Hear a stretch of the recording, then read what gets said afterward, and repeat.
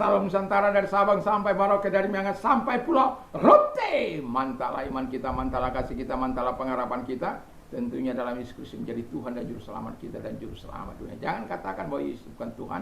Jangan katakan pula bahwa Yesus bukan Juru Selamat. Dia adalah Tuhan, Dia adalah Juru Selamat. Kalau engkau percaya, engkau akan diselamatkan. Engkau tidak percaya, engkau akan dihukum. Yohanes 3 ayat 36. Dan Yesus sudah berkata dalam Yohanes 14 ayat yang ke-6, Akulah jalan dan kebenaran dan hidup, tiada seorang sampai kepada Allah kalau tidak melalui aku. Petrus sudah mengatakan, dan keselamatan tidak dalam siapapun juga selain dalam Dia Yesus Kristus. Karena di bawah kolong langit tidak ada nama lain yang diberikan kepada manusia yang olehnya kita diselamatkan. Dan juga saya mau katakan kepada kita, karena begitu besar apa yang besar? Kasih Allah, kasih Bapa kepada siapa? Kepada kita. Sehingga Ia mengaruniakan anaknya yang tunggal supaya setiap orang percaya kepadanya tidak binasa melainkan beroleh hidup yang kekal. Mantap! Haleluya. Dengan hati percaya engkau dibenarkan, dengan mulut mengaku engkau diselamatkan, dalam Roma 10 ayat 9 dan 10. Kiranya Tuhan Yesus memberkati kita di malam ini, dan semoga kita memilih yang terbaik dalam hidup ini dan kita mendapatkan yang terbaik dari Tuhan. Kiranya Tuhan Yesus memberkati. Kita berdoa. Terima kasih Tuhan, biarkan kasih karunia Kristus menyertai kami semuanya dalam nama Yesus. Haleluya. Amin. Saya akan membacakan 1 Tesalonika 5 ayat 23 sampai dengan 28. Semoga Allah damai sejahtera menguduskan kamu seluruhnya, dan semoga roh, jiwa dan tubuhmu terpelihara sempurna dengan tak bercacat pada kedatangan Yesus Kristus Tuhan kita. Ia yang memanggil kamu adalah setia, Ia juga akan menggenapinya. Saudara-saudaraku, doakanlah kami, sampaikanlah salam kami kepada semua saudara dan Tuhan kudus. Demi nama Tuhan aku minta dengan sangat kepadamu supaya surat ini dibacakan kepada semua saudara. Kasih karunia Yesus Kristus Tuhan kita menyertai kamu. Dan ini pula yang menjadi tema kita, kasih karunia Yesus Kristus yang menyertai kita. Haleluya. Jadi kalau kita melihat di ayat 23 dikatakan damai sejahtera Allah yang menguduskan kita. Kita tidak akan pernah mengalami damai kalau ada dosa dalam hidup kita. Dosa membuat kita kehilangan damai. Tapi kalau kita mengaku dosa kita, kita disucikan, kita dikuduskan oleh Tuhan, dan kita mengalami damai sejahtera.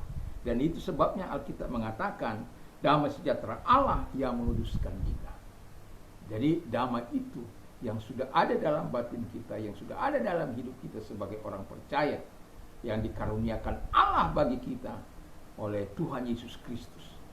Oh, kita tidak akan boleh bermain-main dengan kasih karunia Allah. Ada banyak orang di luar sana, orang percaya itu enak sekali.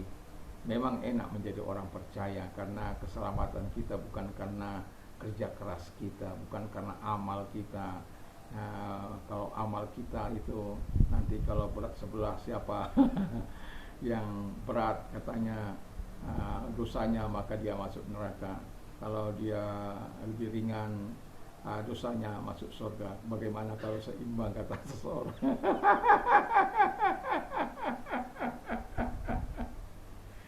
Kita bagi iman kekristenan kita itu karena kasih karunia. Keselamatan itu karena kasih karunia, bukan karena berapa baik dosa, ya berapa banyak amalmu. Sama seperti seseorang yang istilahnya memasak telur sudah 29 satu tray ini ya, 29, satu lagi kan tiba-tiba yang 29 itu sudah baik-baik semua yang masuk, kemudian satu yang bau busuknya luar biasa. Itu mau disajikan di sebuah restoran yang terbaik. Apakah kira-kira pemilik restoran itu akan berani memasukkan, menghidangkan satu kan yang masuk? Gak apa-apa, satu aja, gak apa-apa. Enggak kan. Kalau Kalau dia tidak mau kehilangan pelanggan, dia tidak akan. Demikian juga hidup kita. Dosa satu aja kita lakukan, itu akan mengotori kehidupan kita. Perbuatan-perbuatan baik yang selama ini kita lakukan tidak berarti, karena ada satu dosa. Upah dosa ialah maut. Dan itu sebabnya Tuhan menguruskan kita melalui damai sejahteranya, karena kita mengaku dan dosa, dan Allah memberikan damai sejahtera itu kepada kita. Yang kedua, kata firman Allah, terpelihara sempurna roh, jiwa, dan tubuh kita. Haleluya. Jadi terpelihara sempurna roh, jiwa, dan tubuh kita. Untuk apa? Menyambut kedatangan Tuhan. Ini kadang-kala kan roh kita kalau tidak sempurna, susah itu. Sempurna bukan karena sempurnamu, gitu. Sempurna karena Tuhan.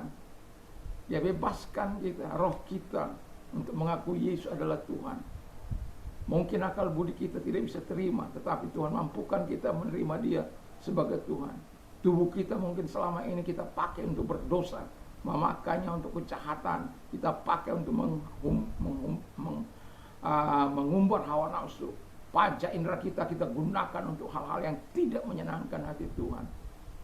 Saya baru membaca, itu walaupun sudah lama ya, 50%, 54% hamba-hamba Tuhan terikat pornografi.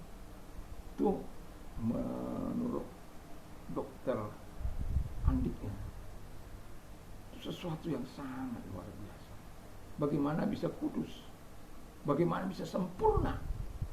Kalau di pikiran kita, di hidup kita, pajak indera kita gunakan untuk hal yang sia-sia. Janganlah.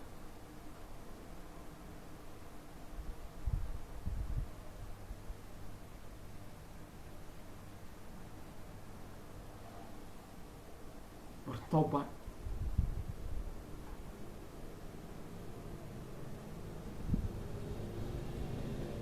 Terpelihara sempurna untuk menyambut kedatangan roh, jiwa, dan tubuh kita. Sehingga kita akan memasuki tanah perjanjian itu dengan aman, sejahtera. Dan kita tahu bahwa Tuhan tidak akan pernah berdusta. Ya. Makanya dalam Matius 5 ayat 48, hendaklah kamu sempurna sama seperti Bapamu adalah sempurna. Secara manusia, secara logika, kita tidak akan pernah bisa sempurna seperti Bapa adalah sempurna. Enggak akan boleh, enggak akan bisa. Itu menurut kita, tapi menurut Bapa. Karena yang melakukan itu bukan kita. Kalau kita yang melakukan, tidak akan mungkin. Itu sebabnya Yesus memberikan kepada kita kemampuannya, kuasanya, Roh Kudusnya disediakan, dan Bapa mau berdiam di hati kita ini. Dan itu sebabnya jangan biarkan hatimu dinajiskan dengan hal-hal yang kotor, yang tidak berkenan di hadapan Tuhan.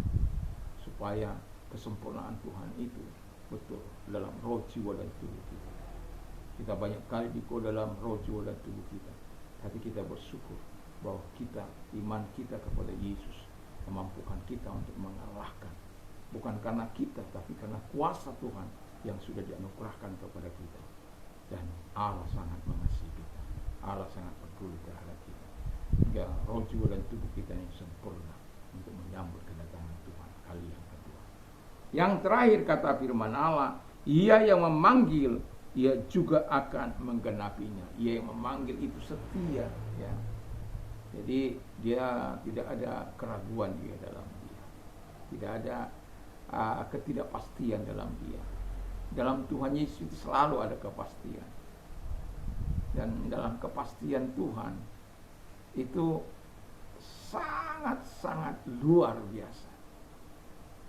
Satu contoh kepastian dalam Tuhan itu keselamatan kalau engkau percaya kepada Dia. Dan engkau akan disucikan dan dikuduskan kalau engkau mengaku dosa dan kejahatan. Karena Dia akan melupakan segala dosa dan pelanggaran. Baca itu. 1 Yohanes 1 ayat 9, 7-9 itu baca. Jadi kita sebagai orang percaya, dia akan yang dia memanggil kita akan menggenapi janjinya. Apa yang akan digenapi? Janji apa yang akan digenapi? Segala janji yang telah disampaikannya dan engkau percayai. Satu contoh, kalau kita masih hidup ini ya, yang masih hidup ini ya, dia akan mencukupi segala kebutuhan setiap kita menurut kekayaan dan kemuliaan Kristus Yesus.